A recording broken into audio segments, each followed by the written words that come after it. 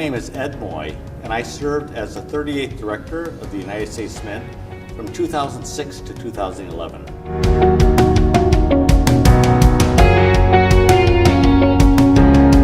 As the Director of the United States Mint, I was in charge of one of our country's oldest government institutions. We really had three roles. The first one is to make our country's circulating coins. Our second is to make our country's precious metal bullion coins for purchase by investors. And third is to make collector's versions of both of those.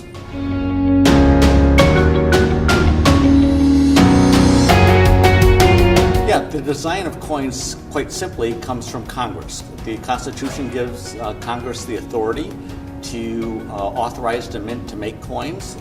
Congress, when it passes a bill, is usually pretty prescriptive. They know exactly what images they want on the front and the back, but it's up to us to create those images. I was fortunate during my tenure to appoint John Mercanti as our chief engraver, a job that had disappeared during the Reagan years, but we revived, and under John, he led a team of extremely talented artists that created some of the most memorable coins of the modern era. Once the coin designs are created, before we make them and before the Secretary of Treasury approves them, they have to be reviewed by the Citizen Coin Advisory Commission and the Council on Fine Arts. Once we get their opinions, then we can make a recommendation to the Secretary, and when the Secretary signs off, we can start making the dies and making the coins.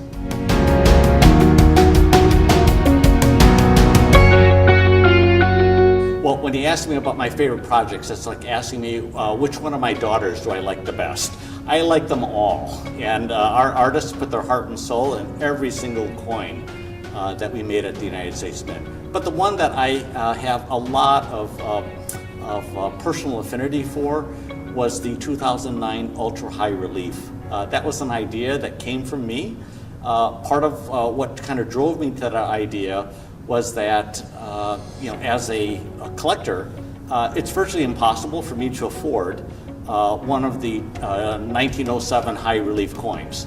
And I wanted to make a coin that would be more accessible to everybody, but also show off the Mint's prowess in our design ability, which has been enhanced under my tenure by using computer-assisted design. And so what we ended up doing was thinking through what was the best version that St. Gaudens did, what he and President Roosevelt would consider the highest design of the double eagle. And we found it that the one that would give us the highest relief would be one made of the two eagle planchets done on top of each other to make an extra thick planchet.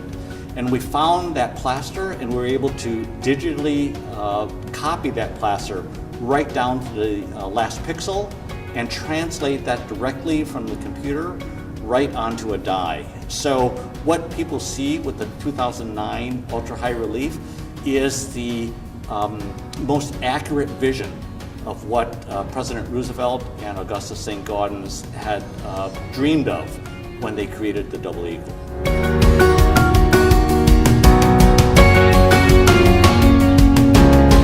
Yeah, I think the current state of modern coinage, never before has the United States Mint had more opportunities to do designs. So in the past, until recent history, the 50-state quarter program, we just changed the dates and then modified the design a little bit for production purposes. But since the 50-state quarter program, where we basically had to do a new quarter design 5 times a year, and then add on to that the presidential $1 coin program, and add on to that all the related bullion and special gold programs, all of a sudden the amount of production of different designs from the Mint has increased exponentially, which has given us a chance to experiment on how those coins look and the manufacturing methods that are used to make those coins. The hard part of that is, with the increased volume, that really stretches our resources pretty thin, and it's hard to do brilliant designs on every single one of those coins just because of the sheer volume of the number of designs that are demanded today.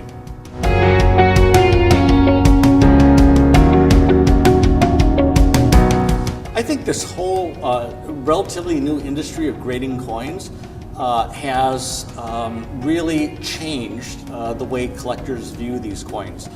First of all, I think it's great that there's been some standardization of grading of coins so that it's just not left as guesswork as, this is brilliant uncirculated and this is proof quality. We now have some tangible factors that go into the grading of coins.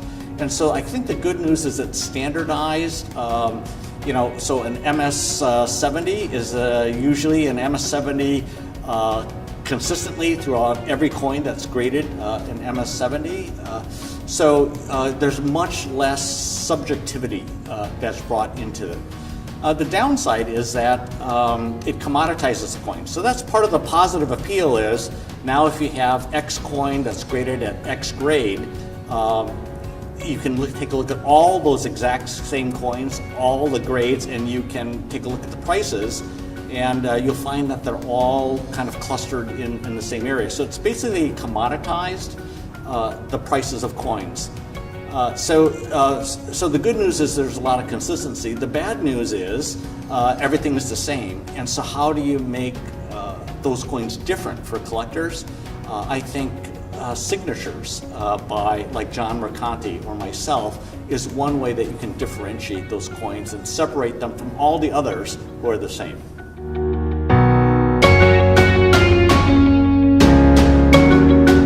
American Eagle Gold and American Buffalo Gold are both really important coins to our country. In the early 80s, so since 1933, Americans have not had access to gold coins because Roosevelt, through an executive order, banned Americans and banned the use of gold as money for normal citizens. And so Americans really hadn't seen gold coins until 1986. And what happened then? Well, Ronald Reagan was president, and the Cougarand had been out for a little bit, and there was some pressure to fight apartheid in South Africa. And so President Reagan felt compelled to eventually embargo South African goods, which meant that Americans would not have access to the premier gold bullion coin in the world. So Ron Paul, the congressman, really believed that Americans should have it, as well as Ronald Reagan. So Ron Paul authored legislation to create both silver and gold bullion coins through the American Eagle program and authorized the mint to create those. And so the American Gold Eagles, which started in 1986, represent the first time that Americans had the ability to buy gold that was made by the U.S. government and made in a coin that had a denomination on it. Purely used for bullion purposes, which means it is valued by the weight of the metal in it, so it intentionally has a lower face value because of the fluctuating price of gold. You can't put a fluctuating price on a coin, so we intentionally put a lower denomination value on the coin to force people to value the coin at whatever the precious metal value was. The Buffalo program was the same thing, except it's 24 karat gold. And 24 karat gold really resonates with me.